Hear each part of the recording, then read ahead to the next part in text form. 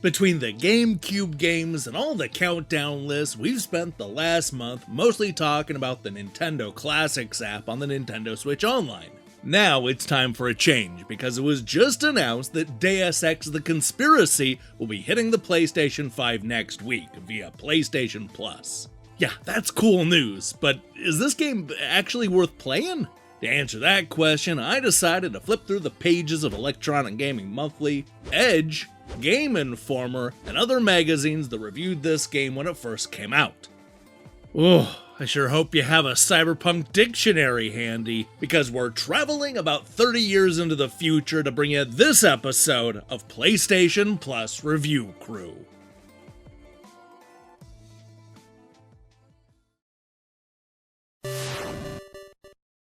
Nearly a decade after Wolfenstein 3D and Doom brought first-person shooters into the mainstream, the genre was starting to shift away from mindless shooting in monster closets to more well-thought-out adventures with real stories and characters. Warren Spector's 2000 classic Deus Ex took the genre even further, adding stealth mechanics and a whole bunch of role-playing elements, making it easily one of the deepest and most involving first-person games on the market. 2 years after wowing both critics and fans, Ion Storm retooled and ported the game to the PlayStation 2, now with a new subtitle, The Conspiracy. Now, there were some that said that this was a game that could never be done properly on a home console. Let's see if the critics agreed with that. We're going to kick things off with Electronic Gaming Monthly, who sits right in the middle of the pack with an average score of 8.2 out of 10. Mark warned gamers that Deus Ex is not a first-person shooter. Sure, gunpowder junkies can get their fill of shotguns and sniper rifles, but if that's what you're looking for, the graphics here are so choppy and blocky, you're better off with, well, just about any other PlayStation 2 first-person shooter. Deus Ex is more like a first-person adventure. You infiltrate compounds, hack computers, pick locks, disable cameras. The game offers a refreshing number of different methods outside of the usual kill, find key, kill mold to accomplish goals. Jonathan agreed, arguing that Deus Ex is more first-person strategy than shooter. X affords you a kind of gameplay latitude I haven't seen from any other action shooter, and your character's stats and storyline are extremely responsive to the way you play each mission. I really love being rewarded for voluntary exploration, stealth, and minimal hostile engagement. A lot of games force these tactics on you in an almost scripted fashion. The control pad's a bitch for navigating menus and aiming, but FPS purists can always use a USB mouse and a keyboard. Now, believe it or not, EGM wasn't that far off from being the lowest score. When it comes to Deus Ex, no magazine scored the game lower than an 80%. Computer and Video Games went with a straight 8 out of 10, which is the same score that we got from Edge. No strayed port, the developer's insistence that its vision run properly on a format it wasn't designed for has caused delay after delay of the release of Deus Ex on PlayStation 2. And even so, sometimes the illusion jars. The instant hit ballistics of enemy weapons don't suit the slow turning speed of the DualShock 2. The low-level texturing will make Halo's tourists wish they were back on the Ring world, and regular loading times spoil the coherence. But all problems melt away in the face of the game's mechanics.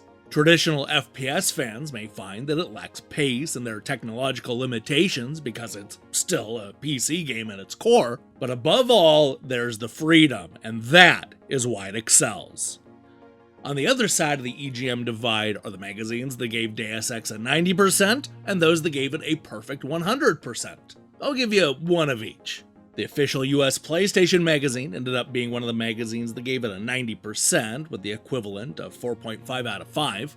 Game Informer was the other, giving it a 9 out of 10. Justin called it one of the first FPS games with this many RPG elements. The previously mentioned exploration often leads to gaining experience points, as do many other merit-worthy activities main character JC Denton does in the game. None can deny that Deus Ex is showing its age. While some of the models are decent, the overall look of the game is a murky one. Even with the outdated graphics, it still has long load times and they occur more than once per level. Deus Ex: The Conspiracy may not look like much at first, but it's crazy deep and a welcoming change from the stereotypical console first-person shooters. You will shoot, sneak, and most importantly, think. When it comes to the top scores, Game Now gave the game a perfect 100%, while GamePro went with their usual 5 out of 5. They concluded that while Deus Ex certainly isn't without its flaws, none are even remotely crippling. As in Red Faction, the tedious load times as you move between the areas are a minor annoyance, and the lame AI sometimes makes combat ring false. The serviceable graphics miss a golden opportunity to make this game unstoppable, but the audio scores big with a massive amount of well-acted dialogue. Condensing a keyboard into a controller is never an easy task, but Deus Ex slickly pulls off everything from inventory management to strafing. For PlayStation 2 gamers who are new to the series, it's absolutely one of this spring's must-play games. While pretty much everybody agreed that the PC game is better, the scores were definitely strong for Deus Ex on the PlayStation 2. The overall average gives this game an impressive 89%, making it one of the best reviewed games of 2002. This really is a good time to go and check out this first-person adventure game that, at least for a while, was adrift in a sea full of first-person shooters.